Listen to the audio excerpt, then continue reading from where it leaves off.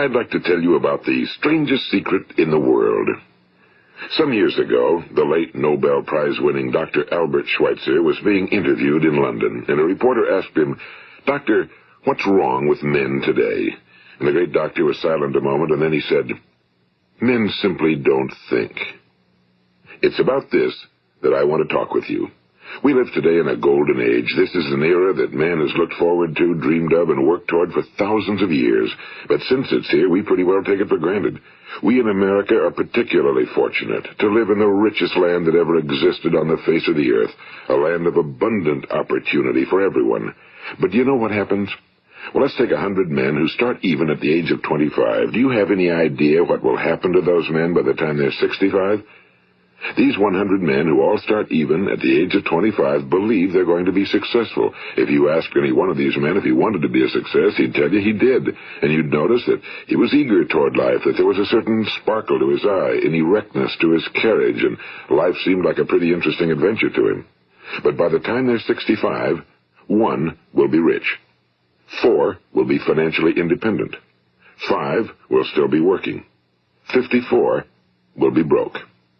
Now think a moment. Out of the 100, only 5 make the grade. Now why do so many fail?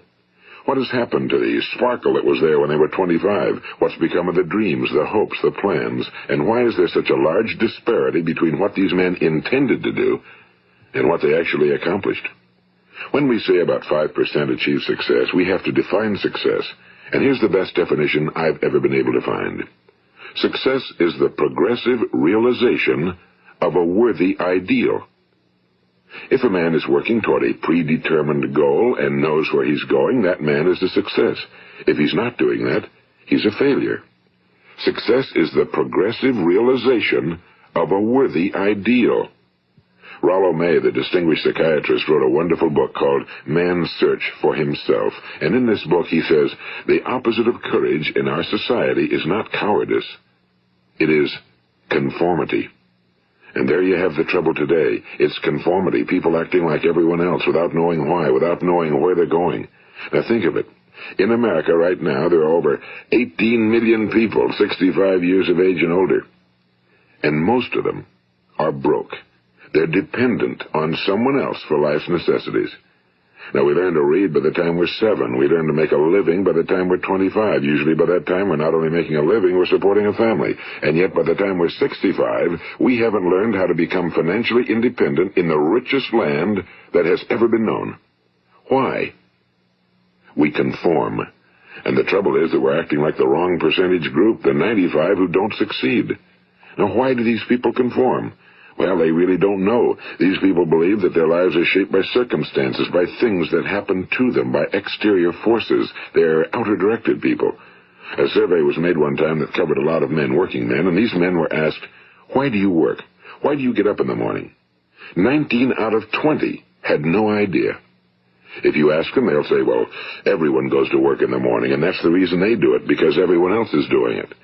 Now let's get back to our definition of success. Who succeeds? The only person who succeeds is the person who is progressively realizing a worthy ideal. He's the person who says, I'm going to become this, and then begins to work toward that goal. I'll tell you who the successful people are. A success is the school teacher who's teaching school because that's what he or she wants to do. The success is the woman who's a wife and mother because she wanted to become a wife and mother and is doing a good job of it. The success is the man who runs the corner gas station because that was his dream. That's what he wanted to do. The success is the successful salesman who wants to become a top-notch salesman and grow and build with his organization. A success is anyone who is doing deliberately a predetermined job because that's what he decided to do deliberately. But only 1 out of 20 does that. That's why today there isn't really any competition unless we make it for ourselves. Instead of competing, all we have to do is create. You know, for 20 years, I looked for the key which would determine what would happen to a human being. Was there a key I wanted to know which would make the future a promise that we could foretell to a large extent? Was there a key that would guarantee a person's becoming successful if he only knew about it and knew how to use it? Well, there is such a key, and I've found it. Have you ever wondered why so many men work so hard and honestly without ever achieving anything in particular, and others don't seem to work hard and yet seem to get everything? They seem to have the magic touch. You've heard them say that about someone. Everything he touches turns to gold. And have you ever noticed that a man who becomes successful tends to continue to become successful? And on the other hand, have you noticed how a man who's a failure tends to continue to fail? Well, it's because of goals. Some of us have goals, some don't. People with goals succeed because they know where they're going. It's that simple. Think of a ship leaving a harbor, and think of it with the complete voyage mapped out and planned. The captain and crew know exactly where it's going and how long it'll take. It has a definite goal. Now, 9,999 times out of 10,000, it will get to where it started out to get. Now let's take another ship, just like the first, only let's not put a crew on it or a captain at the helm. Let's give it no aiming point, no goal, no destination. We just start the engines and let it go. I think you'll agree with me that if it gets out of the harbor at all, it will either sink or wind up on some deserted beach, a derelict. It can't go anyplace because it has no destination and no guidance, and it's the same with a human being. Take the salesman, for example. There's no other person in the world today with the future of a good salesman. Selling is the world's highest paid profession, if we're good at it and if we know where we're going. Every company needs top-notch salesmen, and they reward those men. The sky's the limit for them. But how many can you find? Someone once said the human race is fixed, not to prevent the strong from winning, but to prevent the weak from losing. The American economy today can be likened to a convoy in time of war. The entire economy is slowed down to protect its weakest link, just as the convoy had to go at the speed that would permit its slowest vessel to remain in formation. That's why it's so easy to make a living today. It takes no particular brains or talent to make a living and support a family today. So we have a plateau of so-called security, if that's what a person's looking for. But we do have to decide how high above this plateau we want to aim. Now let's get back to the strangest secret in the world, the story that I wanted to tell you today. Why do men with goals succeed in life and men without them fail? Well, let me tell you something which, if you really understand it, will alter your life immediately. If you understand completely what I'm going to tell you from this moment on, your life will never be the same again. You will suddenly find that good luck just seems to be attracted to you. The things you want just seem to fall in line, and from now on you won't have the problems, the worries, the gnawing lump of anxiety that perhaps you've experienced before. Doubt, fear, well, they'll be things of the past. Here's the key to success and the key to failure. We become what we think about. Now let me say that again. We become what we think about. Throughout all history, the great wise men and teachers, philosophers and prophets have disagreed with one another on many different things. It's only on this one point that they are in complete and unanimous agreement. Listen to what Marcus Aurelius, the great Roman emperor, said. A man's life is what his thoughts make of it. Disraeli said this, everything comes if a man will only wait. I've brought myself by long meditation to the conviction that a human being with a settled purpose must accomplish it, and that nothing can resist a will that will stake even existence for its fulfillment. Ralph Waldo Emerson said this, a man is what he thinks about all day long. William James said, the greatest discovery of my generation is that human beings can alter their lives by altering their attitudes of mind. And he also said, we need only in cold blood act as if the thing in question were real, and it will become infallibly real by growing into such a connection with our life that it will become real. It will become so knit with habit and emotion that our interest in it will be those which characterize belief. And he also said, if you only care enough for a result, you will almost certainly attain it. If you wish to be rich, you will be rich. If you wish to be learned, you will be learned. If you wish to be good, you will be good. Only you must then really wish these things and wish them exclusively, and not wish at the same time 100 other incompatible things just as strongly. In the Bible, you read in Mark 9:23, if thou canst believe, all things are possible to him that believeth. My old friend Dr. Norman Vincent Peale put it this way, this is one of the greatest laws in the universe.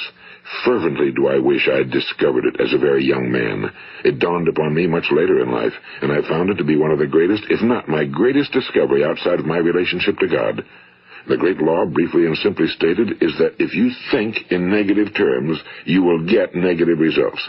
If you think in positive terms, you will achieve positive results. That is the simple fact, he went on to say, which is at the basis of an astonishing law of prosperity and success. In 3 words, believe and succeed.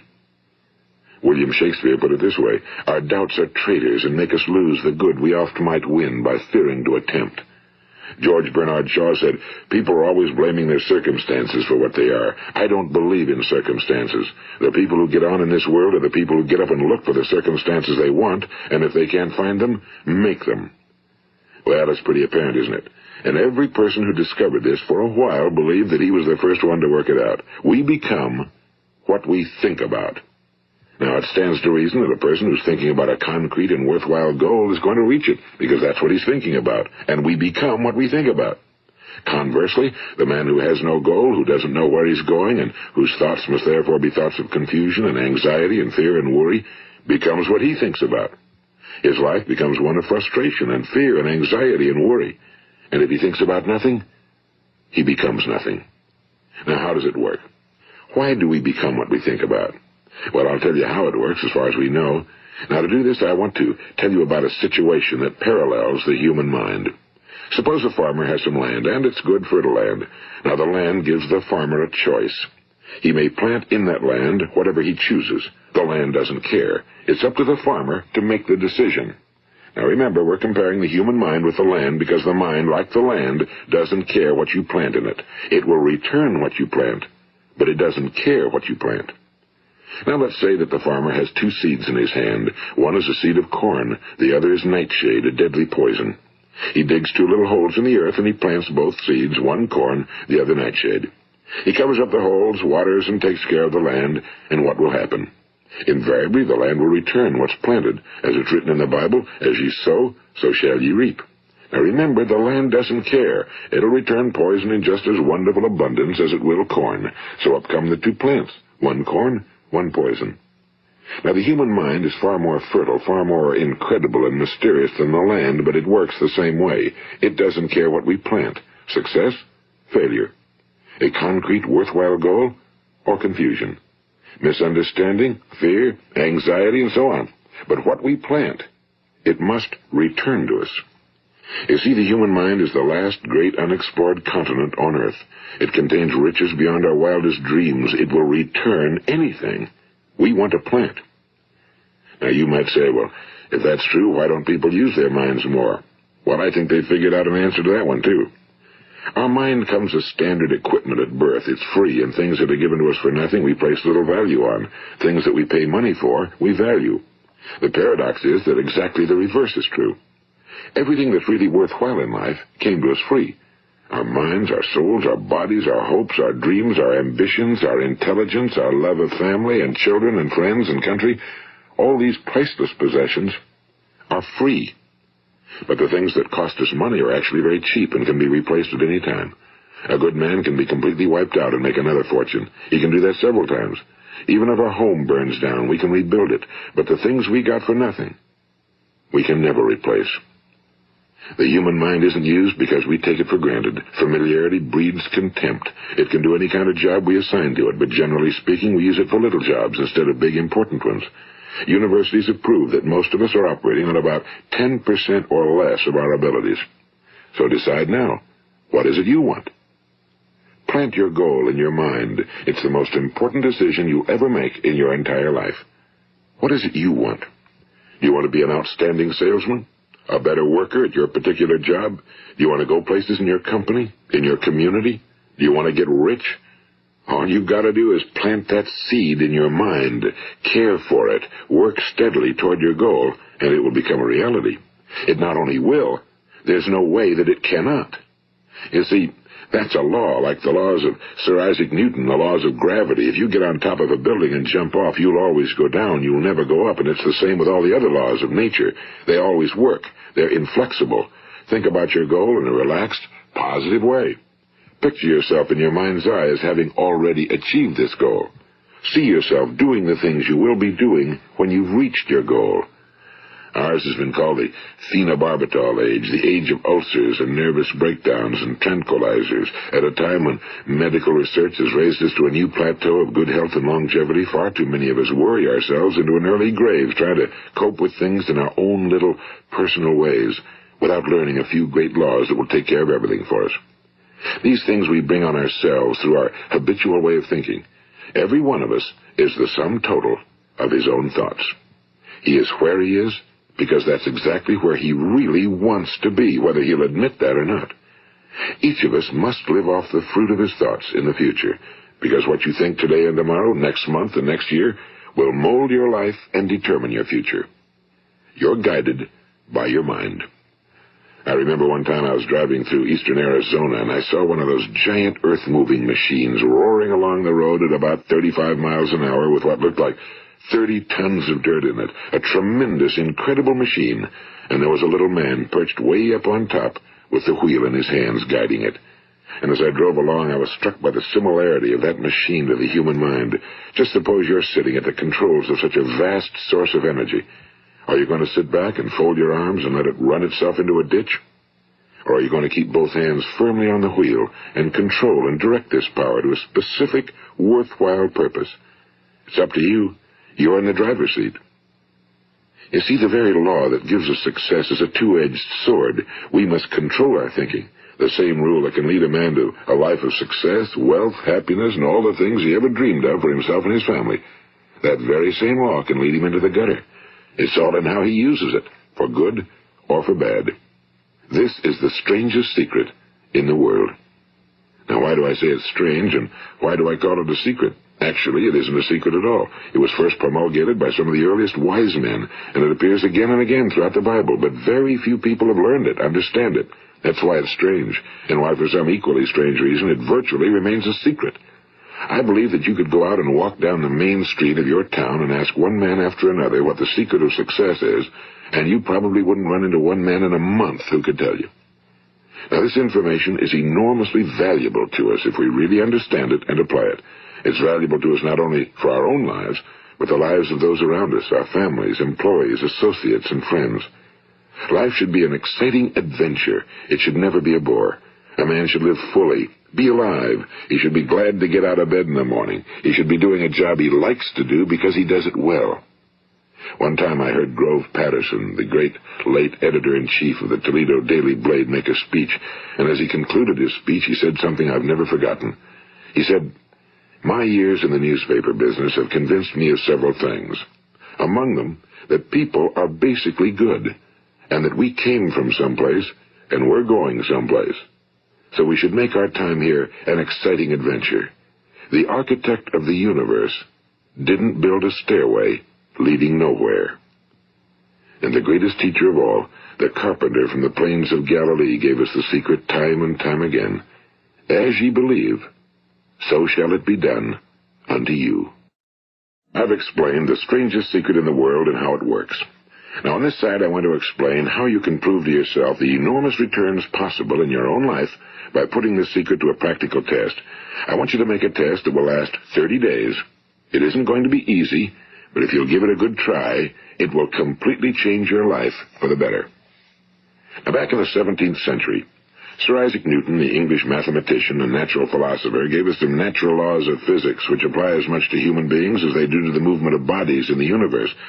And one of these laws is that for every action, there is an equal and opposite reaction. Simply stated, as it applies to you and me, it means we can achieve nothing without paying the price. The results of your 30-day experiment will be in direct proportion to the effort you put forth. To be a doctor, you must pay the price of long years of difficult study. To be successful in selling, and remember that each of us succeeds to the extent of his ability to sell. Selling our families on our ideas, selling education in schools, selling our children on the advantages of living the good and honest life, selling our associates and employees on the importance of being exceptional people. To, of course, the profession of selling itself. But to be successful in selling our way to the good life, we must be willing to pay the price. And what is that price? Well, it's many things. First, it's understanding emotionally, as well as intellectually, that we literally become what we think about, that we must control our thoughts if we're to control our lives. It's understanding fully that as ye sow, so shall ye reap. Second, it's cutting away all fetters from the mind and permitting it to soar as it was divinely designed to do. It's the realization that your limitations are self-imposed and that the opportunities for you today are enormous beyond belief. It's rising above narrow-minded pettiness and prejudice. And third, it's using all your courage to force yourself to think positively on your own problem, to set a definite and clearly defined goal for yourself, to let your marvelous mind think about your goal from all possible angles, to let your imagination speculate freely upon many different possible solutions, to refuse to believe that there are any circumstances sufficiently strong to defeat you in the accomplishment of your purpose, to act promptly and decisively when your course is clear, and to keep constantly aware of the fact that you are, at this moment, standing in the middle of your own acres of diamonds, as Russell Conwell used to point out. And fourth, save at least 10% of every dollar you earn. It's also remembering that no matter what your present job, it has enormous possibilities, if you're willing to pay the price. Now let's just go over the important points in the price each of us must pay to achieve the wonderful life that can be ours. It is, of course, worth any price. 1. You will become what you think about. 2. Remember the word imagination and let your mind begin to soar. 3. Courage. Concentrate on your goal every day. 4. Save 10% of what you earn. And 5. Action. Ideas are worthless unless we act on them. Now, I'll try to outline the 30-day test I want you to make. Keep in mind that you have nothing to lose by making this test and everything you could possibly want to gain. There are two things that may be said of everyone. Each of us wants something, and each of us is afraid of something. I want you to write on a card what it is you want more than anything else. It may be more money. Perhaps you'd like to double your income or make a specific amount of money. It may be a beautiful home. It may be success at your job. It may be a particular position in life. It could be a more harmonious family. Each of us wants something. Now write down on your card specifically what it is you want. Make sure it's a single goal and clearly defined. You needn't show it to anyone, but carry it with you so that you can look at it several times a day. Think about it in a cheerful, relaxed, positive way each morning when you get up, and immediately you have something to work for, something to get out of bed for, something to live for. Look at it every chance you get during the day and just before going to bed at night. And as you look at it, remember that you must become what you think about, and since you're thinking about your goal, you realize that soon it will be yours. In fact, it's yours really the moment you write it down and begin to think about it. Look at the abundance all around you as you go about your daily business. You have as much right to this abundance as any other living creature. It's yours for the asking. Now we come to the difficult part. Difficult because it means the formation of what is probably a brand new habit, and new habits are not easily formed. Once formed, however, it will follow you for the rest of your life. Stop thinking about what it is you fear. Each time a fearful or negative thought comes into your consciousness, replace it with a mental picture of your positive and worthwhile goal. And there'll come times when you'll feel like giving up. It's easier for a human being to think negatively than positively. That's why only 5% are successful. You must begin now to place yourself in that group. For 30 days, you must take control of your mind. It will think about only what you permit it to think about. Each day for this 30-day test, do more than you have to do. In addition to maintaining a cheerful, positive outlook, give of yourself more than you've ever done before. Do this knowing that your returns in life must be in direct proportion to what you give. The moment you decide on a goal to work toward, you're immediately a successful person. You are then in that rare and successful category of people who know where they're going. Out of every 100 people, you belong to the top 5. Don't concern yourself too much with how you're going to achieve your goal. Leave that completely to a power greater than yourself. All you have to do is know where you're going. The answers will come to you of their own accord and at the right time. Remember these words from the Sermon on the Mount, and remember them well. Keep them constantly before you this month of your test. Ask, and it shall be given you. Seek, and ye shall find. Knock, and it shall be opened unto you. For every one that asketh receiveth, and he that seeketh findeth, and to him that knocketh it shall be opened. It's as marvelous and as simple as that. In fact, it's so simple that in our seemingly complicated world, it's difficult for an adult to understand that all he needs is a purpose and faith. For 30 days, do your very best. If you're a salesman, go at it as you've never done before, not in a hectic fashion, but with the calm, cheerful assurance that time well spent will give you the abundance in return you deserve and want. If you're a homemaker, devote your 30-day test to completely giving of yourself without thinking about receiving anything in return, and you'll be amazed at the difference it makes in your life. No matter what your job, do it as you've never done it before for 30 days. And if you've kept your goal before you every day, you'll wonder and marvel at this new life you've found. Dorothea Brand, the outstanding editor and writer, discovered it for herself and tells about it in her fine book, Wake Up and Live. Her entire philosophy is reduced to the words, act as though it were impossible to fail. She made her own test with sincerity and faith, and her entire life was changed to one of overwhelming success. Now, you make your test for 30 full days. Don't start your test until you've made up your mind to stick with it. You see, by being persistent, you're demonstrating faith. Persistence is simply another word for faith. If you didn't have faith, you'd never persist. If you should fail during your first 30 days, by that I mean suddenly find yourself overwhelmed by negative thoughts, you've got to start over again from that point and go 30 more days. Gradually, your new habit will form until you find yourself one of that wonderful minority to whom virtually nothing is impossible. And don't forget the card. It's vitally important as you begin this new way of living. On one side of the card, write your goal, whatever it may be. On the other side, write the words we've quoted from the Sermon on the Mount. Ask, and it shall be given you. Seek, and ye shall find. Knock, and it shall be opened unto you. Nothing great was ever accomplished without inspiration. See that during these crucial first 30 days, your own inspiration is kept at a peak. And above all, don't worry. Worry brings fear, and fear is crippling. The only thing that can cause you to worry during your test is trying to do it all yourself. Know that all you have to do is hold your goal before you. Everything else will take care of itself. Remember also to keep calm and cheerful. Don't let petty things annoy you and get you off course. Now, since making this test is difficult, some will say, why should I bother? Well, look at the alternative. No one wants to be a failure. No one really wants to be a mediocre individual. No one wants a life constantly filled with worry and fear and frustration. Therefore, remember that you must reap that which you sow. If you sow negative thoughts, your life will be filled with negative things. If you sow positive thoughts, your life will be cheerful, successful, and positive. Now, gradually, you will have a tendency to forget what you've heard on this recording. Play it often. Keep reminding yourself of what you must do to form this new habit. Gather your whole family around at regular intervals and listen to what's been said here. You know, most men will tell you that they want to make money without understanding the law. The only people who make money work in a mint. The rest of us must earn money. This is what causes those who keep looking for something for nothing or a free ride to fail in life. The only way to earn money is by providing people with services or products which are needed and useful. We exchange our time and our product or service for the other man's money. Therefore, the law is that our financial return will be in direct proportion to our service. Now, success is not the result of making money. Making money is the result of success, and success is in direct proportion to our service. Most people have this law backwards. They believe that you're successful if you earn a lot of money. The truth is that you can only earn money after you're successful. It's like the story of the man who sat in front of the stove and said to it, give me heat, and then I'll add the wood. How many men and women do you know, or do you suppose there are today, who take the same attitude toward life? There are millions. We've got to put the fuel in before we can expect heat.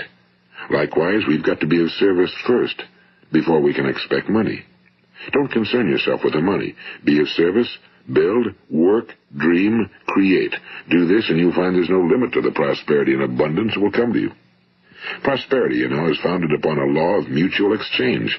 Any person who contributes to prosperity must prosper in turn himself. Sometimes the return will not come from those you serve, but it must come to you from someplace, because that's the law. For every action, there is an equal and opposite reaction. As you go daily through your 30-day test period, remember that your success will always be measured by the quality and quantity of service you render, and money is a yardstick for measuring this service.